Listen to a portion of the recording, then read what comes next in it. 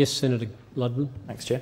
I put 3 questions to Senator Carr, who's held the portfolio of Minister for Science and Innovation since the 2007 election and was referred, or fobbed off, should I say, to Senator Sherry. The first question that I put regarding the establishment of a radioactive waste facility at Muckaty Station in the Northern Territory was around recommendation 1 of the last time a Senate committee took a look at the bill that will, I believe, shortly be before the Senate, the Legal and Constitutional Affairs Ledge Committee. And recommendation 1 said, before this project goes ahead, if indeed it ever does, the minister should, as soon as possible, meet with the affected parties, which doesn't sound too controversial to me. That was a unanimous recommendation, that the minister should sit down, he should have the courage, but indeed the basic courtesy, to go to the place where the minister is intending, on behalf of the Australian Labor Party and the coalition MPs who voted, who may well vote for this proposal when it comes to the Senate, on behalf of those people to sit down and tell the traditional owners and the people up there in the broader community up around Tennant Creek and Muckaty Station why it's going there, why they have been chosen.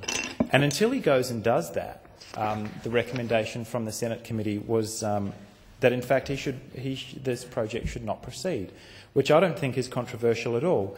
Many of the affected landholders up there have such serious reservations about this proposal that they've taken the government and the Northern Land Council on in the federal court. And we had one of those traditional owners who's a named applicant in that federal court action in the public gallery today, and he's still here in Parliament House, Mr Mark Lane, who shouldn't be wasting his time with an action like this over land tenure, and the government should not be moving to dump this material on their land in the Northern Territory, at least until the tenure issues are sorted out and we know who has traditional responsibility for that area.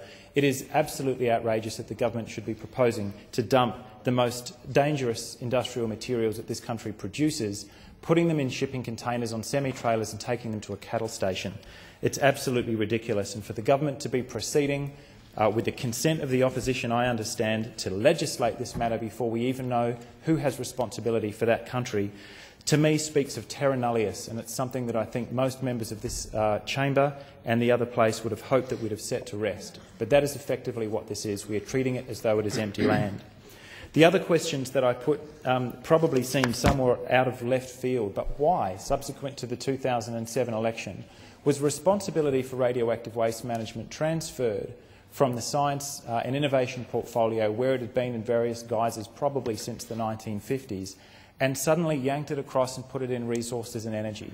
To this day, I have no idea what that was about. It was taken out of Senator Carr's portfolio responsibilities in opposition and transferred across to Minister Martin Ferguson, who has shown blatant disregard for the rights of landholders and, in fact, the entire Northern Territory community.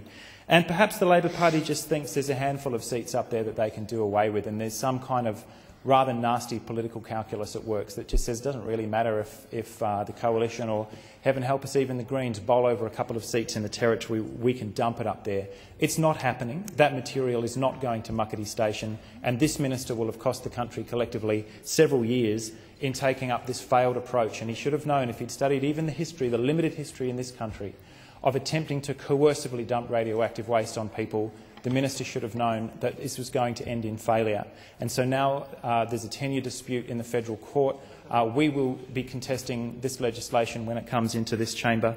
And if the minister thinks that the people who turn up at his office every so often and make a public spectacle of the disastrous handling of this minister of this issue, that will continue, that will intensify. Nobody's going away until this issue has been sorted. Lastly, and I suppose it's something of a longer-term issue, take us out of the politics and remember what this debate is about. What is the nature of this material that will still be ticking tens of thousands of years after we are gone? Why are we insisting on dumping it at a remote location? I don't believe that material is going to Muckaty. But if we defeat it at Muckaty, where will the government turn to then? What's this obsession with asking the question in terms of which remote Aboriginal community should get this toxic material? We are proposing, and we will put amendments to this chamber when this bill is debated, probably not too far away from now, to just back off the postcode issue of which politically vulnerable community we can dump this toxic garbage on, and establish a commission in the cold light of day to actually look at the proper way of dealing with this waste. What do we mean by world's best practice? Community consultation and citing this material close to the areas of expertise and the people who generated it, and stop producing the material in the first place. Order to Senator Ludlam.